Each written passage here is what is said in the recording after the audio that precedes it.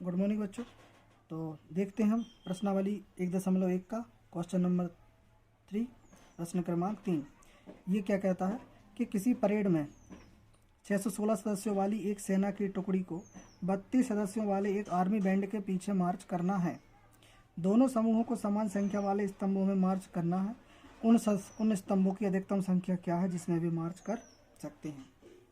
चलो, तो पहले हम ये समझ लें कि इसमें बात किस चीज़ की हुई है। तो यहाँ हमें देखने से पता चलता है कि यहाँ पे टोटल जो सदस्य हैं वो कितने हैं, 616, 616 है ना। और इसको एक सेना की टुकड़ी को, है ना, एक सेना की टुकड़ी को 32 सदस्यों वाले एक आर्मी बैंड के पीछे मार्च करना है। इसका मतलब, चलो थोड़ा सा हम इसका पहले एक डायग्राम, रफ डायग्राम बताएं कि मान लो ये कोई आर्मी बैंड का ग्रुप दिख रहा है आपको, ठीक।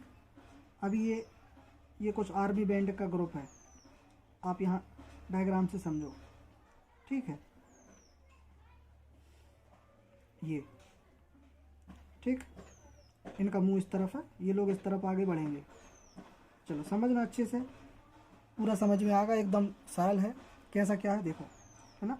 चलो यहाँ एक स्तंभ और बना दे रहा है, ये लोग इस तरफ आगे बढ़ेंगे, ठीक है, इस तरफ।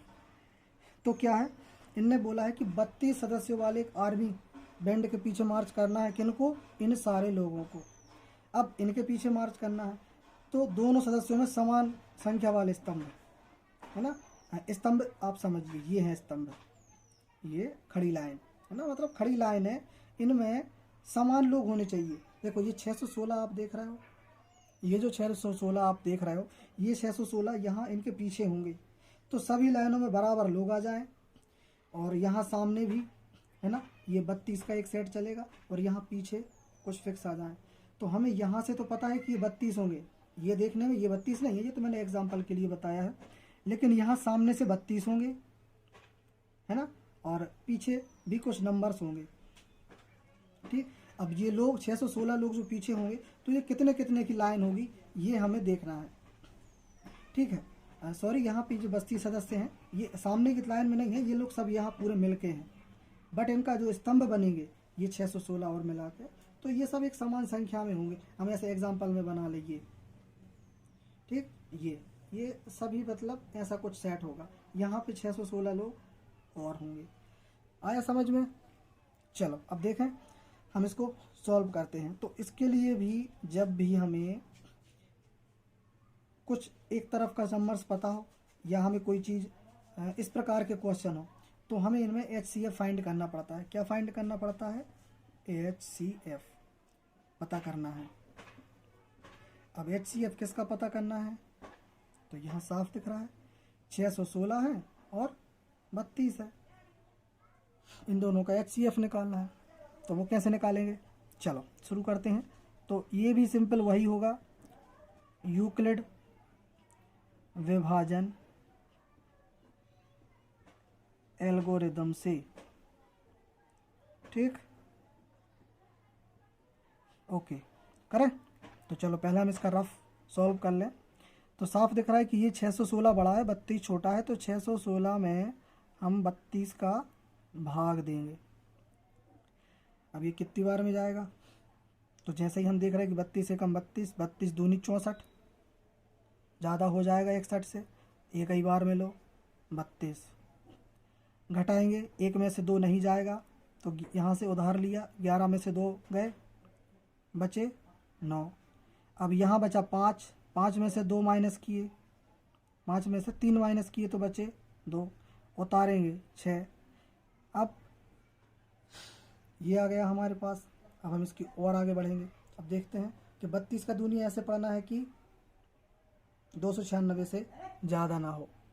तो 32 का दूनिया तो अपने लिए नहीं पता, हम गैसिंग से लगाते हैं कि 33 दिया होता है 99, तो 32 ये हो गया 90, 96, ठीक है, 3 बार में हो गया 96, तो 6 बार में इसके आसपास पहुंचेगा, ठीक।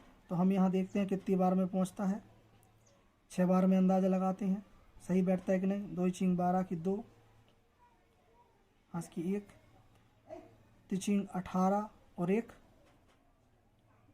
19, ये हम तो 200 के टाइम पे आए हैं, हमें यहाँ पे 300 के आसपास लाना है, तो हमें ये 8 बार में आ जाएगा। अब ये अंदाज़ा सही बैठा। अब 2 अट्ठे 16, गलत करेंगे तभी आप पे बनेगा, इसलिए मैंने ये करके दिखाया। 2 छीं 2 अट्ठे 16, हाथ की 1, 3 आठे 24,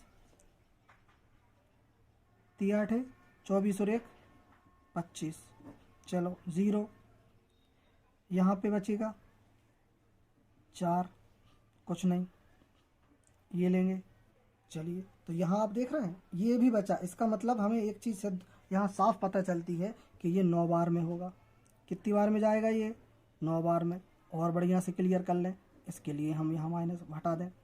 तो 2 इनाम 18, 1 3 नाम 27 और 1 28। अब देख पा रहे हो बिल्कुल नज़दीक है। 16 में से 8 गए 8, 8 में से 8 गया 0, यहाँ पे भी 0, कुछ नहीं। अब हम ये लिख सकते हैं 32। यहाँ लिखा 8 का टेबल पढ़ेंगे कि अपन 32 ज़्यादा ना हो। 8 चौके 32, ये हमारा पूरा माइनस हो गया। अब इतनी जो गलतियां हैं, ये जो गलतियां आप देख रहे हो, ये गलतियां ही आपको ये बताती हैं कि आपको किस तरीके से सोचना है। समझ गए? ये जो गलतियां हैं, क्योंकि सीधा सीधा आपको कोई भी बता देगा, लेकिन जब तक आप गलतियां नहीं देखोगे आपको पता नहीं चलेगा कि आपको कैसे करना है। स्पेशली उन कमज़ोर बच्चों के लिए जिनको ये डिवाइडेशन नहीं आता, तो ये आप समझिए, क्योंकि इसी तरीके से आप गलतियां करते हैं जो मैंने गलतियां करके दिखाई हैं। ठीक है, चलो आगे बढ़ें। अब हम सिंपली एल्गोरिथम लिख सकते हैं। हमें पता है A = BQ + R। अब ये आपको याद करना पड़ेगा, पिछले क्वेश्चंस में मैंने बताया भी है, और आपको प्रैक्टिस करनी पड़ेगी। गलत होता है कोई दिक्कत नहीं, गलत करते जाइए, धीरे धीरे सही भी बनेगा। चलिए आगे बढ़ें। तो यहाँ पे हमें पता है, पहले इस सेट को देखेंगे फिर इस सेट को देखेंगे। ठीक, तो यहाँ हमें दिख रहा है 616, A की वैल्यू 616 बराबर B की वैल्यू